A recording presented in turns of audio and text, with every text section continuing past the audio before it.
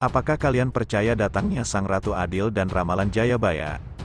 Di video kali ini kita akan membahas sebuah tema sejarah yang berkaitan dan relevansinya jelang politik tahun ini, yakni pesta demokrasi di negeri kita tercinta.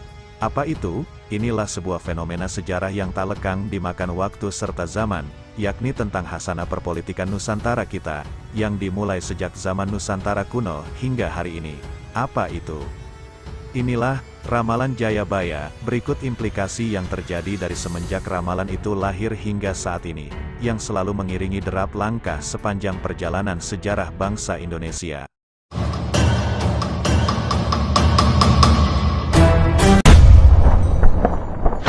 Sebelumnya mari kita telisik dan telusuri bersama, siapa itu Prabu Jayabaya yang termasyhur itu, dengan segala ramalan serta nubuatnya.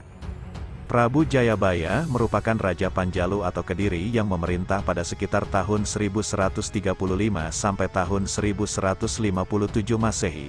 Gelar resminya adalah Sri Maharaja Sang Mapanji Jayabaya Sri Warmeswara Madusudana Awataranindita Suhtri Singha Parakrama Utunggadewa atau Prabu Jayabaya. Pemerintahan Jayabaya dianggap sebagai masa kejayaan Kediri. Peninggalan sejarahnya berupa Prasasti Hantang tahun 1135, Prasasti Talan tahun 1136, dan Prasasti Jepun tahun 1144, serta Kakawin Baratayuda 1157. Pada Prasasti Hantang, atau biasa juga disebut Prasasti Ngantang, terdapat semboyan Panjalu Jayati, yang artinya Kediri menang. Prasasti ini dikeluarkan sebagai piagam pengesahan anugerah untuk penduduk desa Ngantang yang setia pada Kediri selama perang melawan Jenggala. Dari prasasti tersebut dapat diketahui kalau Jayabaya adalah raja yang berhasil mengalahkan Jenggala dan mempersatukan kembali dengan Kediri. Kemenangan Jayabaya atas Jenggala disimbolkan sebagai kemenangan Pandawa atas Kurawa dalam Kakawin Baratayuda yang digubah oleh Empu Sedah dan Empu Panuluh tahun 1157. Jayabaya selama ini banyak dikenal karena berbagai ramalannya yang dikenal sebagai Jangka Jayabaya. Ramalan-ramalan ini awalnya tertuang dalam bentuk tembang atau kakawin yang ditulis oleh Jayabaya. Selanjutnya beliau ini adalah seorang tokoh yang sangat terkenal dalam perjalanan bangsa kita yang dimulai semenjak era kerajaan Jawa kuno. Hingga saat ini bait-bait ramalan tersebut masih menjadi rujukan dalam setiap peristiwa sejarah yang terjadi dari masa ke masa, sehingga membentuk keindonesiaan kita sampai hari ini. Prabu Jayabaya yang memerintah Kediri sekaligus menjadi pujangga besar yang menjadi kompas perjalanan negeri ini, semenjak pemerintahan Kediri hingga kerajaan-kerajaan di Tanah Jawa, sampai di mana negeri kita sekarang menganut sistem republik, yakni Negara Kesatuan Republik Indonesia atau sekarang yang kita sebut dengan NKRI. Beliau menjadi sangat terkenal dengan ramalan-ramalannya, yang terbukti hingga saat ini dapat kita temui serta rasakan secara langsung maupun tidak langsung ramalan Sang Raja Besar tersebut. Boleh percaya atau tidak, silakan teman-teman mengamati peristiwa-peristiwa sejarah yang sudah dan sedang terjadi di negeri kita hingga hari ini. Banyak ramalan-ramalan yang terjadi, hal ini memperlihatkan pada kita, bahwa ramalan itu benar-benar menjadi kenyataan. Salah satu ramalan beliau yang terkenal adalah tentang moral budi pekerti masyarakat di masa lalu dan masa yang akan datang. Di mana kondisi serta perilaku masyarakat saat itu dan sekarang, dapat menjadi cermin dari perjalanan bangsa kita, yang berlangsung melalui tahap demi tahap, fase demi fase dan dikodekan dalam sebuah frasa yang salah satunya disebut dengan istilah, kolo, atau zaman, yakni sebuah peristiwa yang terjadi pada suatu fase atau masa tertentu. Misal zaman Kolo Bendu, Kolo Suba, Kolo Tido, Kolo Suroto dan lain-lain. Hal ini merupakan salah satu ciri yang sangat menonjol pada ramalan-ramalan yang terdapat dalam Jangka Jayabaya tersebut. Dari sekian banyak ramalan-ramalan Sang Pujangga, banyak sekali ramalan yang mengandung serta syarat dengan muatan politik dari hasanah perjalanan bangsa Indonesia. Ramalan ini tentunya seharusnya menjadi warning atau pesan bagi kita semua, agar selalu waspada dan berhati-hati dalam setiap menghadapi segala peristiwa dalam perubahan zaman. Hal ini tentunya menjadi sangat penting, agar kita setidaknya bisa bersikap arif dalam melihat dan menyelami setiap fakta yang sedang dan akan terjadi dalam kehidupan berbangsa dan bernegara. Sebagai contoh salah satu ramalan yang paling fenomenal adalah akan datangnya Sang Ratu Adil di tanah Nusantara ini. Benarkah ramalan ini? Dan seandainya benar siapakah sosok Sang Ratu Adil yang dimaksud? Tentunya pertanyaan ini tidak mudah kita jawab, namun tidak dipungkiri bahwa pertanyaan ini menjadi semacam antara misteri, harapan sekaligus fantasi yang seolah tak berdasar alias sekedar ilusi masyarakat yang sedang mengalami degradasi kesadaran, sehingga hanya berpikir serta berharap pada sesuatu yang instan belaka. Yang hanya menggantungkan harapan setinggi langit pada sosok tertentu, akibatnya menjadi malas bekerja dan bertindak. Hanya mengharapkan sesuatu yang sekonyong-konyong turun dari langit. Ironis bukan? Namun terlepas dari itu semua bahwa ramalan ini mau atau tidak mau, suka atau tidak suka, sudah menjadi konsumsi publik, khususnya bagi kalangan masyarakat luas yang masih mempercayai dan meyakini tentang datangnya Sang Ratu Adil tersebut.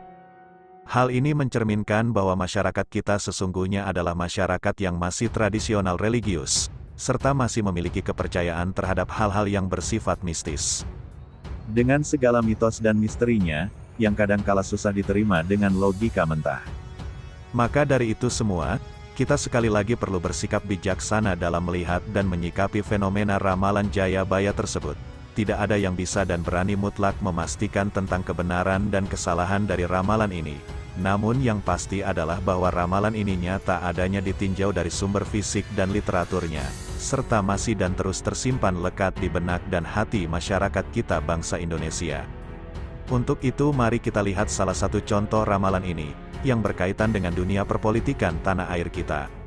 Yang mengarah serta menuju tentang sejarah perjalanan panjang bangsa Indonesia, yang membentuk dan menghantarkan identitas dari bangsa Indonesia, yaitu, zaman Kolobendu, adalah salah satu ramalan, mengenai datangnya zaman Kolobendu. Yang menurut Chandra Sengkala, atau angka tahun Jawa, datang pada tahun 1997. Zaman Kolobendu ini akan berakhir dengan datangnya zaman Kolosubo, yang menurut Chandra Sengkala, bertepatan dengan tahun 2025. Zaman Kolobendu ini digambarkan akan terjadi pertentangan dan permusuhan di antara komponen bangsa, yang disebabkan oleh adu domba oleh dalang, yang tidak kelihatan, karena berada di belakang layar. Bait yang mengangkat tentang ramalan ini berbunyi, Zaman Kolobendu. Entenono Nuswantoro bakal ketampan bendu, yenwis teko pandito ambuka wiwaranging neroko. Condro Sengkolo 1997, pralambange jago tarung ning enjero kurungan dalang wayang ngungkur ke kelir. Sing nonton podo nangis entenono waluyo lanten treme. Mengko nek wis tumeka pendowo mulat sirnaning penganten. Condro Sengkolo 2025. Buku Zaman Kolobendu, Ronggowarsito, artinya, Zaman Kolobendu atau Carut Marut, tunggulah, Nusantara akan mendapatkan bencana. Jika sudah datang tahun 1997 perlambangnya adalah ayam jantan bertarung di dalam kurungannya. Sang dalang menggelar sandiwara, yang menonton menangis. Tunggulah zaman kemakmuran dan ketentraman, nanti jika sudah datang tahun 2025. Maksud menerangkan bahwa Nusantara akan mendapat bebendu atau bencana. Jika sudah datang tahun 1997, Pandito Ambuko Wiwaraning Neroko, Pandito Ambuko sama dengan dibuka sama dengan bolong sama dengan 9. Wiwara sama dengan pintu sama dengan terbuka sama dengan bolong sama dengan 9. Neroko sama dengan 1. Artinya, Condro Sengkolo tahun 1997. Pada tahun 1997 Indonesia mengalami bencana ekonomi yang sangat besar. Menandai awal datangnya zaman Kalabendu, ia memaparkan bahwa ayam jantan bertarung dalam kurungan. Artinya terjadi banyak permusuhan, perselisihan, dan pertentangan antar anak bangsa.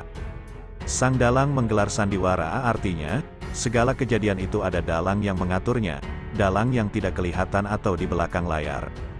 Yang menonton menangis, artinya, rakyat yang menjadi korbannya dan sengsara.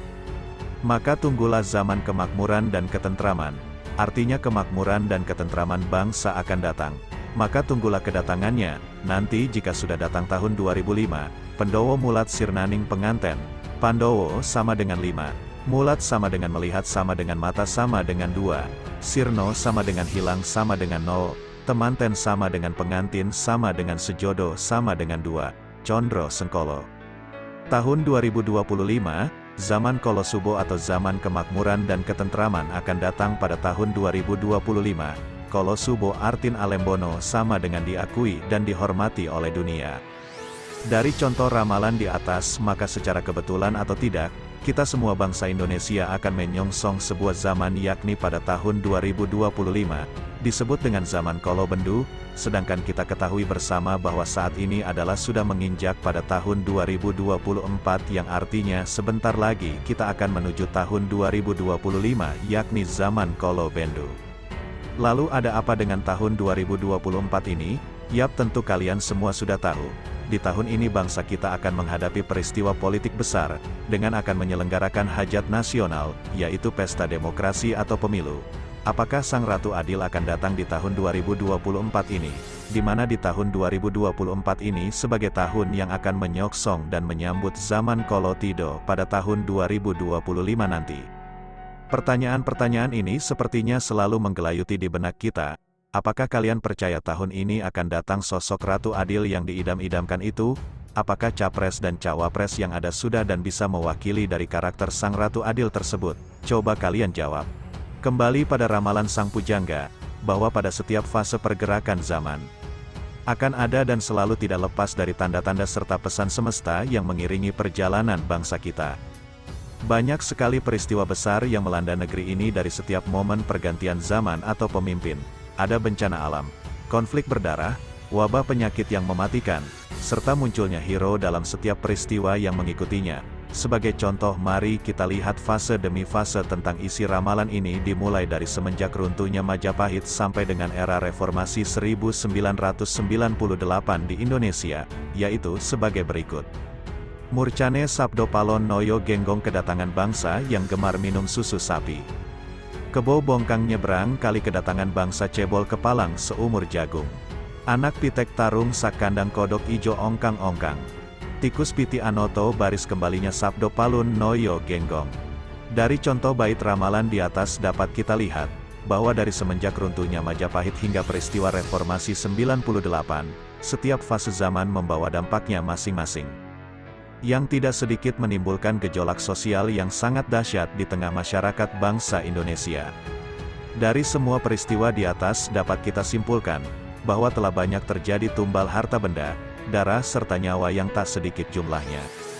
Ini menunjukkan pada kita, di setiap fase perubahan serta pergantian zaman itu, selalu dilalui dan ditandai dengan segala macam peristiwa yang menguncang, bahkan tidak jarang juga disertai dengan tanda-tanda alam tertentu. Maka dari sini, bisa kita tarik pelajaran yang berharga untuk menapaki masa depan yang lebih baik, dengan selalu bersikap hati-hati dan waspada, bijak dalam mengambil keputusan serta cermat dalam menyikapi segala peristiwa yang terjadi. Lalu bagaimana dengan pemilu 2024 yang sebentar lagi akan menghampiri kita? Siapkah kalian menjemput momen besar ini?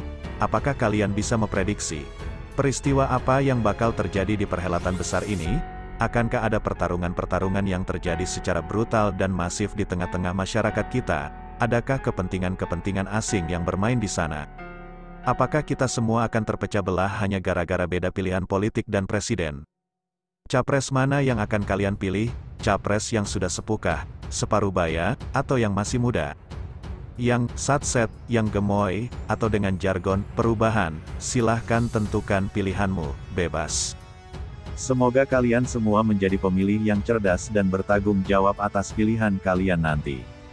Karena pilihan kita akan menentukan nasib dan membawa masa depan bangsa kita ke arah yang lebih baik dan maju. Atau sebaliknya malah menuju pada kemunduran dan kehancuran belaka. Silahkan pilih, keputusan ada di tangan Anda di bilik suara nanti. Sekali lagi kitalah sebagai saksi zaman seperti yang dinubuatkan dan diramalkan oleh Sang Pujangga besar yang pernah kita miliki di masa lalu, yakni Prabu Jayabaya dengan segala keagungan dan keluhurannya sebagai raja sekaligus pujangga di tanah Jawa. Semoga segala usaha, doa dan ikhtiar kita, mampu mewujudkan Indonesia yang lebih baik dan maju lagi, demi masa depan kita bersama. Dan semoga dari ramalan Jayabaya ini, kita dapat belajar dan mengambil hikmahnya. Dan jangan lupa bangsa yang besar adalah bangsa yang selalu meluhurkan leluhurnya. Mari kita bersama-sama kembali mewujudkan puncak kejayaan Nusantara.